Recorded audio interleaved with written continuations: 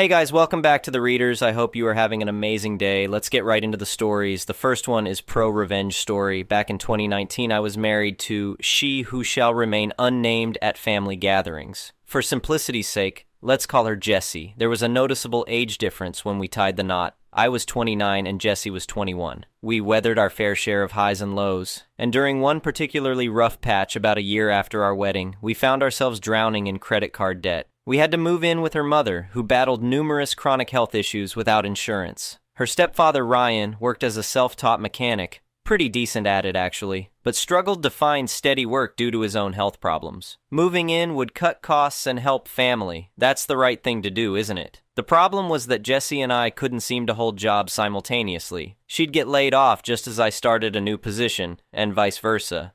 After roughly 9 months of this frustrating cycle, I thought, screw it, I'll get all the jobs. "You can't work yourself to death," Jessie said when I told her my plan.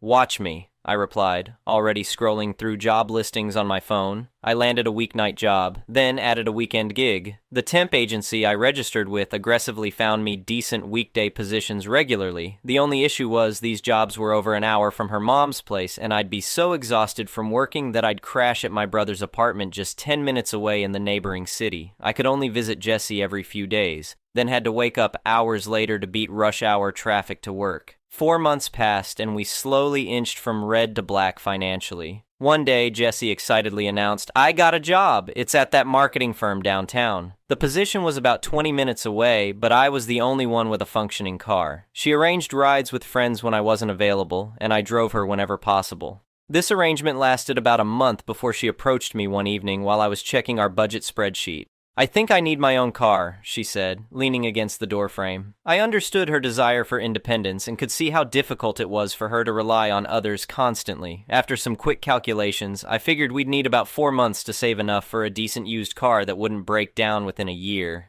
I explained this timeline to her. She nodded. "That makes sense. I can wait." I saw the disappointment in her eyes, and my pride couldn't bear it. "Maybe there's another way," I said thoughtfully. I intensified my efforts, taking side construction jobs with my buddy Dave's cousin, who paid daily wages to fill the gaps when the temp agency had nothing for me. I pulled double shifts at my weekend job. Sleep became a luxury, averaging 4 or 5 hours nightly. 3 weeks later, I purchased a car for Jessie, a cute little 4x4 I found on Facebook Marketplace. It was mechanically sound but filthy. I parked it at my friend Marco's place and spent a week giving that grimy vehicle the most thorough cleaning of its existence. You could have eaten off the wheel wells. No joke. Marco contributed some affordable but nice touches. Wheel paint, seat covers, floor mats, that significantly improved its appearance. When we rolled it out of the garage, Marco's mother couldn't believe it was the same car, and I had to convince her it was. I left my car with Marco and drove home in Jessie's new ride. The timing couldn't have been better. I was about 10 minutes from home when Jessie called. "Can you pick me up? I need to grab some groceries," she said. "Be there in a few," I replied, trying to keep the excitement from my voice. I parked by the curb one house down and knocked on the door. "Come out so we can go," I called through the door. She stepped outside and looked around, confusion evident on her face. "Where's your car?" she asked. "Left it at Marco's." "What did you drive?" "That." I pointed at the car. "Whose car is that?" "Yours." She needed a moment to process that single word. Then her jaw dropped, and she ran back inside, screaming, "Mom!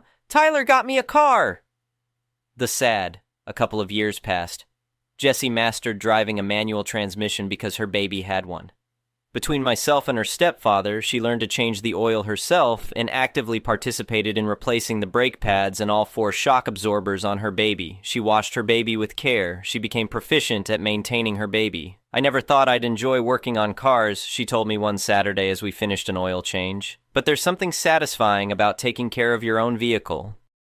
Her mother's health issues became mostly manageable with medication, and her stepfather received fairly regular work from friends and previous customers. We moved out of her mom's place, and I reduced my workload to just 2 jobs. Credit card debt decreased by 80%. Jessie secured steady employment and considered returning to school. "I'm thinking about taking some business courses," she mentioned one evening as we sat on our small apartment balcony.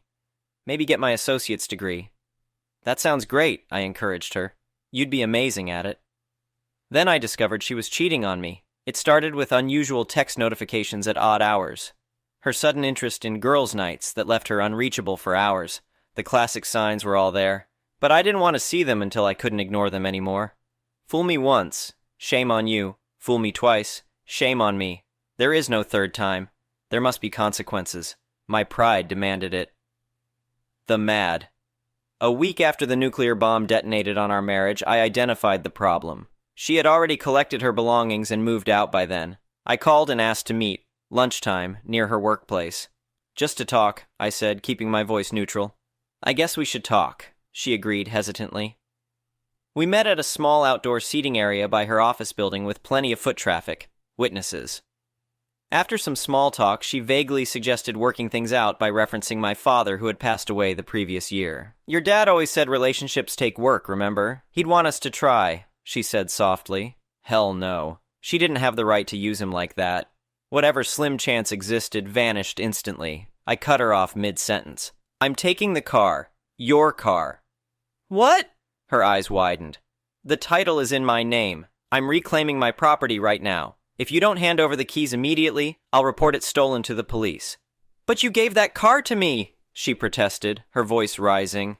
Until this point, I'd maintained a normal conversational tone. The pain of her betrayal hit me for the 1,000th time. My voice hardened. I didn't give the car to you. I gave the car to my wife. Her brain still wasn't processing the situation clearly. But how will I get to work? She stammered. I stared directly into her eyes. Get your boyfriend to drive you.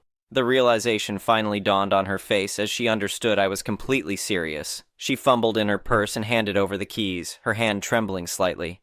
Tyler, please. I took the keys without another word, got into her baby, and drove away. As I passed, I glimpsed her stunned expression, and I drove all the way home with the biggest, most satisfied grin on my face. The next one is an entitled people story.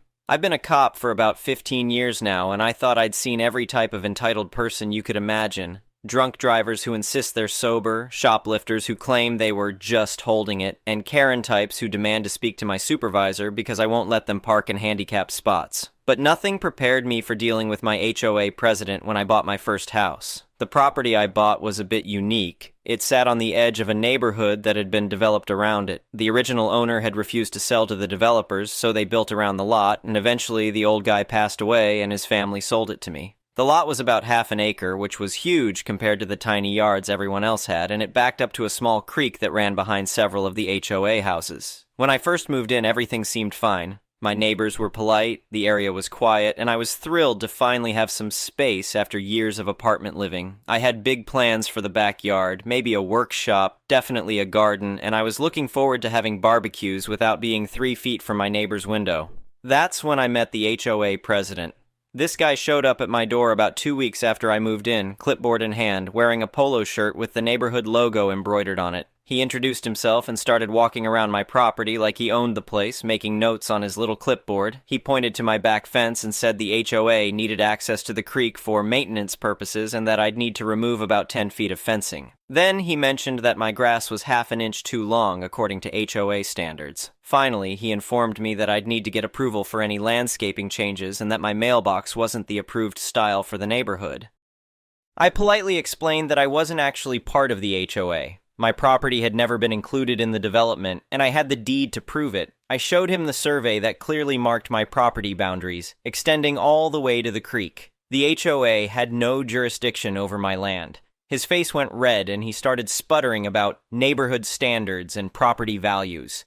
He insisted that everyone in the area had to follow HOA rules regardless of membership. When I continued to politely disagree and mentioned that I was a police officer who was pretty familiar with property law, he stormed off, muttering something about getting to the bottom of this. For a few weeks, things were quiet. I figured he'd looked into it and realized he was wrong. I kept working on my house, mowed my lawn when I felt like it, and started planning my garden. Then the letters started coming. First, it was a notice of violation for my grass height, then another for my non-compliant mailbox. Then one claiming I was illegally restricting HOA access to community waterway maintenance. Each letter got more aggressive and demanded immediate compliance or face fines and legal action. I called the HOA's management company and tried to explain the situation, but they just kept referring me back to the president. When I asked to see documentation showing that my property was part of the HOA, they said they'd get back to me. and never did. The final straw came when I got home from a particularly long shift to find contractors in my backyard, removing my fence. The HOA president was there, supervising and looking smug. When I asked what was going on, he announced that since I'd refused to comply with reasonable requests, the HOA was exercising their right to maintain community property. I told the contractors to stop work immediately and showed them my badge. They were just doing a job and didn't want any trouble, so they packed up quickly. The president started yelling about how I was abusing my authority and interfering with legitimate HOA business. That's when I decided it was time for some malicious compliance. I went inside and pulled out all my property documents, the deed, the survey, the title insurance, everything. Then I did what I do best as a cop. I investigated. I spent the weekend digging through county records, HOA bylaws, and development documents. What I found was very interesting. The HOA had been formed when the neighborhood was developed, but my property had never been included in the original declaration. However, there was a clause in the HOA bylaws that stated any property owner could voluntarily join the HOA by signing an agreement and paying a fee. Once you joined, you had to follow all rules and pay all assessments, but you also got voting rights and could run for the board. I also discovered that the HOA president had been making unilateral decisions without board approval, which violated their own bylaws. Most of the other board members were just neighbors who'd been talked into serving and didn't really pay attention to what he was doing. On Monday morning, I called the HOA management company and told them I wanted to join the HOA. They seemed confused, given all the previous drama, but I explained that I'd thought it over and decided it would be good for neighborhood unity. The president wasn't available, but they said they'd send me the paperwork. When the documents arrived, I signed everything, paid the initiation fee and first year's dues, and submitted my application. I also requested a complete copy of the HOA bylaws, meeting minutes for the past 2 years, and the current budget. As a new member, I had the right to review all HOA business. The president called me that evening, and I could tell he was suspicious, but also pleased. He probably thought he'd finally worn me down and gotten me to surrender. He mentioned that there would be a board meeting the following week to discuss ongoing compliance issues and that I was welcome to attend as a new member. I spent that week preparing. I reviewed every violation letter I'd received, cross-referenced them with the actual HOA bylaws, and documented every interaction I'd had with the president. I also reached out to a few neighbors who I'd heard complaining about some of the president's decisions. The night of the board meeting, I showed up with a folder full of documents and a notebook. The meeting was held in the community center, and besides the 5 board members, there were maybe 8 other homeowners present. The president ran through the usual business, approving minutes, discussing the budget, reviewing maintenance issues. Then he got to what he clearly considered the main event, my compliance issues. He started going through all the violation letters he'd sent me, reading them aloud like he was prosecuting a case. He talked about my non-compliant mailbox, my excessive grass height, and my illegal obstruction of creek access. He was really working himself up, gesticulating and raising his voice. When he finished, he looked at me expectantly, probably waiting for an apology or explanation. Instead, I raised my hand and asked to address the board. I started by thanking everyone for welcoming me as a new HOA member and mentioned how much I appreciated being part of such a well-organized community. Then I opened my folder. First, I pointed out that according to the bylaws, violation notices could only be issued after a formal complaint was filed and reviewed by the Architectural Review Committee. I asked to see the documentation of these complaints and committee reviews. The president looked confused and said that as president, he had the authority to issue violations directly. I politely read the relevant section of the bylaws aloud, which clearly stated that the president couldn't unilaterally issue violations. Several board members started looking uncomfortable. Next, I addressed the excessive grass height violations. I'd actually measured my grass every week since the first letter, and it had never exceeded the HOA limit of 3 inches. I had photos with rulers for scale. The president stammered something about overall appearance, but the bylaws were specific about measurable standards. Then I got to the good part, the creek access issue. I pulled out my property survey and spread it on the table. I explained that my property extended all the way to the creek, and that the HOA had no legal right to access it for maintenance or any other purpose. Several neighbors leaned forward to look at the survey, but here's where the malicious compliance really kicked in. I mentioned that as a new HOA member, I'd been reviewing the community's shared spaces and common areas. According to the HOA documents, members had the right to reasonable enjoyment of all community amenities. I'd noticed that the creek behind my property was listed in the HOA's master deed as a community waterway that all members could access for recreation. I thought this was wonderful since I loved fishing and had been hoping to use the creek more. However, I'd also noticed that there was currently no way for HOA members to actually access this community amenway since it was behind my property and several others. This seemed like a problem that needed to be addressed. The president was nodding along, probably thinking I was about to offer him the access he'd been demanding. Instead, I suggested that the HOA might want to consider purchasing easement rights from all the property owners along the creek, or perhaps buying some of our land outright to create proper community access. I mentioned that as a police officer, I was familiar with property values in the area and that creekfront land was going for about twice the normal rate. If the HOA wanted to buy just the creekside portion of my lot to create community access, I'd be happy to sell it to them for fair market value. I estimated it would cost them about $40,000 just for my section. The room got very quiet. I could see people doing math in their heads, trying to figure out what it would cost to buy easements or land from all the affected properties. The president's face was turning purple. One of the board members asked how much this would cost in total, and I said I'd done some rough calculations. To properly provide community access to the community waterway, the HOA would need to spend somewhere between $150,000 and $200,000. Of course, that would mean a significant increase in HOA dues for everyone. Another board member pointed out that they didn't have that kind of money in their budget and asked if the creek access was really necessary. I said that as a new member, I was just concerned that the HOA was advertising amenities to residents that they couldn't actually provide. It seemed like a potential legal issue. The president finally exploded. He started yelling about how I was twisting everything around and that all he'd wanted was reasonable access for maintenance. I calmly replied that I completely understood and that I was sure the HOA's insurance company and legal counsel would want to review any maintenance activities on private property to make sure there were no liability issues. I mentioned that as a police officer, I'd seen several cases where people got hurt during unauthorized work on private property, and the resulting lawsuits had been pretty expensive. I'd hate for the HOA to face that kind of risk.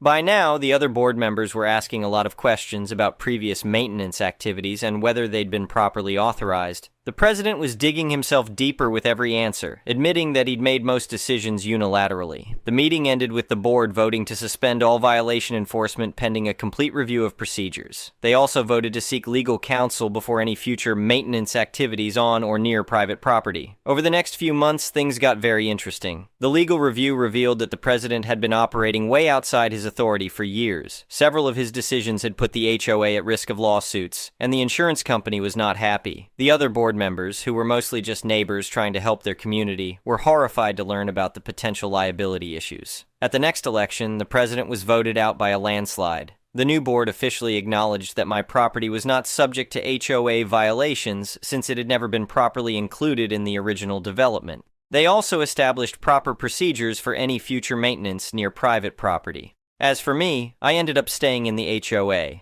The new leadership was reasonable, and it was actually nice being part of the community. Plus, I figured it was better to be on the inside, keeping an eye on things, than to deal with potential future problems from the outside. The former president moved away about 6 months later. I heard through neighbors that he'd gotten frustrated with the new board's excessive bureaucracy and failure to maintain community standards. My grass is still exactly 2 3/4 inches tall, my mailbox remains wonderfully non-compliant, and I have a beautiful garden growing right up to my property line. And every time I'm out there working in the yard, I smile knowing that the creek behind my house is officially a community waterway that would cost the HOA about $200,000 to actually access. Sometimes the best way to deal with an unreasonable person is to give them exactly what they're asking for. The next one is a petty revenge story. I woke up today to the craziest tea ever from my girlfriend. This guy she knows is a serial cheater. He cheated on multiple women and even on her friend. He used to insult her body and say things like, she doesn't have a motherly feeling to her because she's flat and stuff like that. He also sent some similar really weird messages to my girlfriend while he was dating her friend IDK if he thought he was flirting. That's the type of guy he is. Very horny, very sneaky. And you can tell he does nothing with his life because this shit is all he spends his time doing, so my girlfriend's friend dumped him. Obviously because he cheated on her with someone else. Later he dated multiple other women, also cheated on them, and basically became known as the local harlot. That's not even the tea.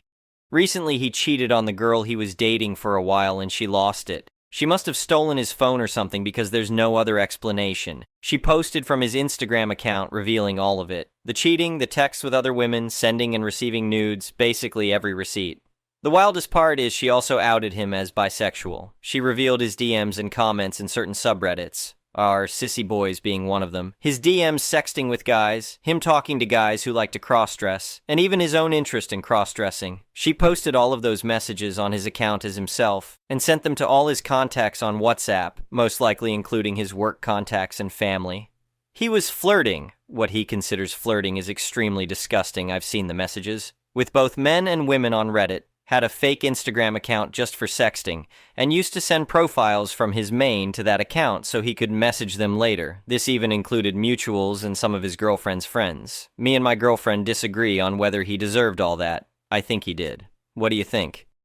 The next one is a malicious compliance story. I used to work in an office in a training department. My manager was super chill and she didn't care much about my schedule and hours I was doing as long as I did the hours my contract said and didn't take a mick. I used to come in at around 7:30 a.m. every day. I didn't start until 8 a.m., but I would come in, say hello to a few people, make myself a cup of tea, maybe have a quick chat with someone. I would then start working at around 7:50 a.m., still 10 minutes before my start time. I should finish work at 4:30 p.m., but quite often I would stay until 4:45 p.m. or sometimes go home at 4 p.m., but following day I would stay longer so my hours in a working week would still add to what they supposed to. My awesome manager went on maternity leave, and they gave us some a-hole wannabe manager who hasn't had a clue about us or our job. Since my manager was away, we all had to report to the AH. She hated us. For some weird reason, she hated our department and everyone in it. Never said why, though. Very quickly, she realized I was doing weird hours and pulled me in the office. She started saying all this crap on how I'm stealing companies' time and money, how I'm unprofessional, and how she is going to put her foot down and make me work properly. Whatever that means. I tired to listen to her and asked her questions, but she started to say that one more word and you are out. Okay, cool. You are a prick. Great. So I asked, what is it that you want me to do? And she says, do the hours that are stated in your contract. Okay, cool. So, to clarify, I asked, does that mean I have to start at 8 a.m. and finish at 4:30 p.m. every day? She rolled her eyes, looks at me like I'm stupid, and says, it's not that hard. Your contracted hours is what I want to see on your timesheet, not this nonsense you've been doing. Okay, fine. See, I'm petty, very petty, and I don't like AHs. So I go home and sleep like a baby, knowing I will mess her up so much she will start losing her mind. Next day, I come to work and wait by the clocking machine to clock in bang on 8 a.m. Then I work my normal day and then I go back to the clocking machine and wait to clock out exactly at 4:30 p.m. I'm sure you already know where this is going. But wait! There is more! My super friendly fellow coworkers realized very quickly what I was doing and decided to do the same. There was 10 of us in a team, and we all gathered at the clock machine before and after the shift to clock in and out exactly at 8 a.m. and 4:30 p.m. The AH manager didn't realize for a while what was going on, until she put a meeting in place at 4 p.m. Well, 4 of us were in that meeting. Comes 4:25 p.m., and all 4 of us get up while she's talking and run out to our desks. We quickly gather our stuff and run to the clock-in machine. Then 2 minutes later, we all clock out and go home. She didn't even have the time to ask what we were doing. Next day, she sends us an invite for 4:30 p.m. and it gets rejected by everyone on my team. She sends nasty email to all of us who rejected that we will be written up for insubordination. We forward the email to HR and ask for a meeting. Meeting happens, the HR lady listens to us, eyes wide open, then laughs, shakes her head and says, leave it with me. We go about our day, then all clock out at exactly 4:30 p.m. Next day, AH manager is nowhere to be seen. HR lady sent email to us asking to come see her at 2 p.m. There we are informed that AH manager will no longer oversee our department. Actually, she will no longer work for the company due to objectives not aligning anymore with the business, whatever that means. Gossip has it that AH manager was always biting more than she could chew and caused issues across few departments. She was moved around because second chances. Well, we went back to our own schedules. When our manager came back from maternity leave and was told what happened, she laughed and said she raised us well. The next one is an entitled people story. Rejoice, for it is again time for me to tell you another tale of one of the many entitled people I have had interactions with throughout the years. This story takes place back in the mid-2010s, maybe 2013 or 2014 during the summer. Back then, I was working in a safari park in Finland where we do guided tours around the park with a tractor and a large trailer for people to sit in. On this lovely morning, work started as normal. I came to work and got everything ready for the day. Once I was done, I headed over to the shop just outside the front entrance to the park where the other employee was sitting today. This shop is where you buy tickets for the safari tours. There had already been a few people who had bought tickets, but not that many, less than 10p in total. About 5 minutes before the first tour of the day, thus group of 5 Russians show up and in a thick Russian accent request to buy 5 tickets to the tour. The girl in the shop gets 5 tickets, punches them in, and since the tickets were 10 euros a piece, it tallied a nice, even 50 euros for the group.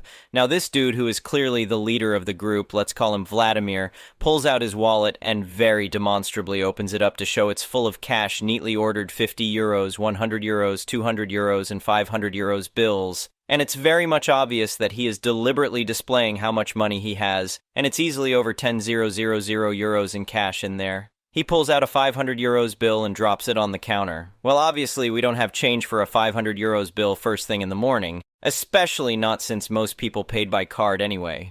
The shop lady tells the guy she can't give him change on that and asks if he has anything smaller, which he clearly did. We could both see a stack of 50 euros bills in his wallet. Well, he proceeds to whine about us not taking his money and that we have to take his money. Fun fact, we don't. Only when Vladimir is told he will be refused service if he can't either pay by card or has a smaller bill, does he take the 500 euros back and gives her an even 50 euros. Vladimir and his entourage now walks off to the gate, and I think to myself that this will be an interesting tour. Anyway, once it's time to start the tour, I go and open the gate and let everyone inside and load up everyone in the trailer. Vladimir and his pals line up on the back bench, and the rest of the people go sit in the front end of the trailer. Since all the rest of the people spoke Swedish, I gave them the tour introduction first. We are a Swedish-speaking region, and most of our customers wear Swedish. And then go behind the trailer to give the introduction to Vladimir and his pals. Vladimir promptly asks me to speak Russian. Unfortunately, I do not speak any Russian, and I tell him that. Now, Vladimir pulls out 100 euros from his wallet and says, "Come on, speak Russian." At this point, I am dumbfounded, so I just kind of freeze for a few seconds to just process the request. Well, Vladimir takes that as a bargaining tactic, I guess, and pulls out a 200 euros bill, and now, while holding 300 euros out, asks me again to speak Russian. I again tell Vladimir that I do not speak Russian. Well, apparently Vladimir thinks money can fix anything and whips out a 500 euros bill and screams at me, "Speak Russian." This time I had it, and tell him that I do not speak Russian, and I don't have time for this or a language course right now since we have other guests on this tour. At this point, he just stares at me while still waving his 500 euros bill at me like a feather in front of a kitten or something. I tell him that I would speak Russian if I could without charging anything extra for it, but I can't, and I will now go through the safety rules, and then we will start the tour. If they didn't like it, they could get of now. He just tells me out service is bad and sits down. The tour goes on without incident, but Vladimir and his pals doesn't say anything for the rest of the tour. They do not even really look at the animals, or go outside the trailer at the places where people are allowed outside the trailer. When we come back, he tells me he will tell my boss about my bad service and that I should learn Russian. They then disappear in their car, never to be seen or heard from again. I called the boss to tell her about the encounter. She just laughs at the stupidity and promises to give him an earful in Swedish if he ever calls her. Well, he never called her, so that was, I guess, a missed opportunity for some fun. So, this has been another of my many stories. There will be more in the future at irregular intervals. The next one is an entitled parent story. Cutting off my mother. I never wanted to make this post, but I'm seriously considering cutting my mother off because everyone else has disowned her and she is now trying to attach herself to me. Just wanted some outside perspective. I'm 34 per M and live with my girlfriend. I moved to a larger city a few years ago with her to start a new job, which can be very stressful on its own. My mother, 58, recently decided to move to the same city 20 minutes away from me with her BF, but realistically was more so her caretaker. Recently, he got fed up with her and left her for good. My sisters have completely cut her off over 5 years ago. Her sister and brother haven't talked to her in years after she sued them and just recently lost the case. Pretty much everyone. So I am the last holdout. She has had her mental issues since I've been a kid and would lay in bed most of the time, but it has progressively gotten worse, IMO. Her BF caretaker has been gone for about 2 months. She basically breaks even on her bills food every month because she gets $2,000 guaranteed in Social Security/disability. In the past 2 months, I have been over there around 12. 14 times. Bringing food over, moving boxes, helping her unpack her storage unit, getting her money orders for rent, visiting daily the past week to take care of her dogs after she was committed to the mental ward for threatening to kill herself, getting her Ubers, etc. Yet, she says I do not help her, and will keep making demands of me, such as picking her up from the hospital on a whim or dropping what I'm doing to go get her ginger ale, taking her dog to the vet, etc. She blows my phone up just today. 8 phone calls, probably around 60 plus FB messages, and then calling my apartment complex to reach me, which they then pounded on my door until I woke up when I was on very little sleep. She basically expects me to find her a new apartment, which she doesn't qualify for income-wise to get approved, but makes too much to get a restricted income unit. Wants me to pretty much pay for her top full teeth replacement because she doesn't want dentures, blows my phone up crying for help all the time. Whether it's due to her suicidal threats or medical issues, she basically goes to the hospital once every 2-3 months with new health issues, which has been a thing for at least the past 10 plus years. Watching, tending after her dogs when she's in the hospital psych ward for days or longer, dealing with the police, her landlord, and so on. She will just blow my phone up whether I'm at work or asleep at 9 a.m., just to name a few of the terrible decisions she has made the past 10 years for context. She had a fully paid off house with 3 acres of land that she lost because she didn't pay her $1,000 per year property taxes. Her father originally paid off the first 3 years for her and cleared her debt, but then she let it stack up again even though she had renters in it for a while. The house was then taken by the county. Her father financed a nice SUV for her that she swore to him she would make the payments on, which she defaulted on shortly after getting it. He then took the car back from her, and because he didn't want to see her without transportation, gave her his 2-year-old low-mile Camry free and clear. She then takes a secured loan out against it, doesn't pay them, and loses the Camry. My grandfather wrote her out of the trust will due to behavior like this. She then sues my uncle and aunt for her supposed inheritance, even though they offered her my grandfather's house, or to set up an account to pay her major bills for her and give her $7,000 a year to do with as she saw fit. She just lost the case for having no merit a few months ago. Her long-term BF caretaker just left her for good 2 months ago because he could no longer deal with her demands, poor choices, and overall behavior. So now she has double the bills. She has spent the little money she has, easily $20,000 over the past 5 years, trying to keep her 19-year-old dog alive as long as possible. The dog is still suffering to this day, and I'm trying to get her to put it down and rehome the other one because she is not fit to take care of it. She would send her own money to overseas Nigerian romance scammers, even though I and everyone else guaranteed her it was a scam. I feel like she is just a professional victim. I'm just not really sure what to do besides cut her off. She'll probably either become homeless or try to kill herself, but she stresses me out so much to where it is starting to affect my physical and mental health. Every time I turn around, there is a new problem, tragedy that she expects me to help her with. She says I do not want to help her, even though literally in just the past week I have gone over every day after my 11-hour shifts to walk/feed her dogs. Cleaned up after them inside because they refused to go outside, deal with her landlord calling the police claiming her dogs are abandoned, and putting notices on her door, got her several Ubers home, offered to have ginger ale/water/dog food delivered, a cleaner come over to clean up after the dog messes inside, and a service that will put the dog down at her apartment. Anyway,